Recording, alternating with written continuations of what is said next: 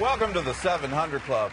New details about the president's Middle East plan are emerging. Reports indicate he wants to divide Jerusalem and give half to the Palestinians.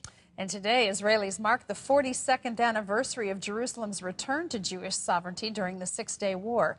Chris Mitchell has that story from Jerusalem. Two major Israeli newspapers reported that U.S. President Barack Obama will propose redividing the city, with East Jerusalem becoming the capital of a future Palestinian state and the Old City coming under international control. But a U.S. official told CBN News nothing definitive has yet been decided on Jerusalem. Some expect Obama might outline his peace plan for the Middle East when he delivers a major address in Egypt next month. The Jerusalem Day celebration on Friday marks the anniversary of the successful capture by Israeli soldiers of the Old City and the Temple Mount. For the first time in 2,000 years, the city lay in the hands of the Jewish people.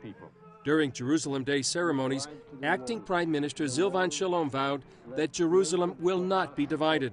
While the Jerusalem Post reported, Palestinian officials said East Jerusalem, including the Old City, would belong to a future Palestinian state. The future of Jerusalem will likely be one of the most, if not the most, contentious issues in negotiations aimed at resolving the Palestinian-Israeli conflict. In the meantime, U.S. Secretary of State Hillary Clinton warned of a major arms race in the Middle East. A nuclear-armed Iran with a deliverable weapons system is going to spark an arms race in the Middle East and the greater region. That is not going to be in the interests of Iranian security. Her warning came just hours after Iran announced a successful test of a missile with a range of more than 1,200 miles. Chris Mitchell, CBN News, Jerusalem.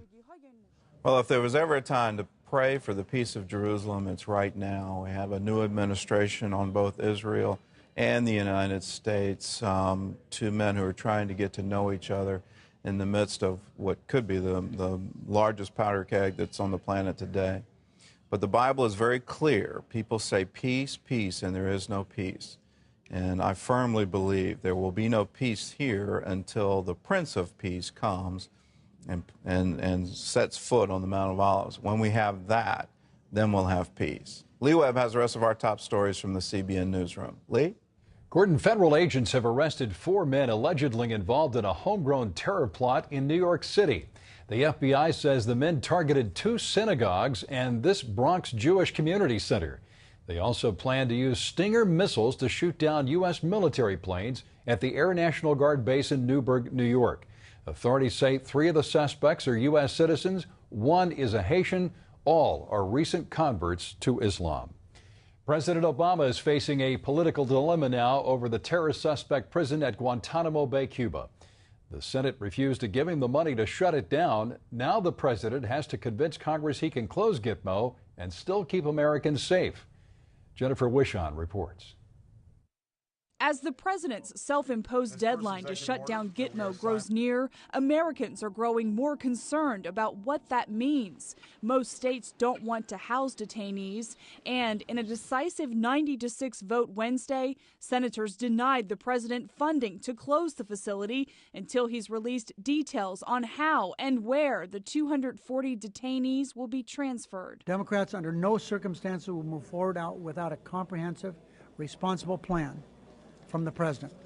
We will never allow terrorists to be released into the United States. FBI Director Robert Mueller told a congressional panel he has concerns about terrorists potentially organizing attacks from American prison cells. But others say if the U.S. doesn't take at least some prisoners, Americans can't expect other countries to do so. The president wants Gitmo shuttered by the end of January. Jennifer Wishon, CBN News, Washington. Global stock markets are down today. Investors' recent hopes of a quick economic rebound were dimmed by a warning from the U.S. Federal Reserve. The Fed says the U.S. economy is likely to shrink more than expected this year. They're predicting the economy to contract between 1.3 and 2%, compared to earlier estimates of 0.5 to 1.3%. Fed analysts are also predicting the unemployment rate could approach 10%. Gordon? Well, we are confident in this one thing, that our God is above the economy. He's above the stock market. He's above the credit crunch. He's above the banking system. He has ways to provide for his children. And if we just live in accordance with his precepts, then we have nothing to worry about.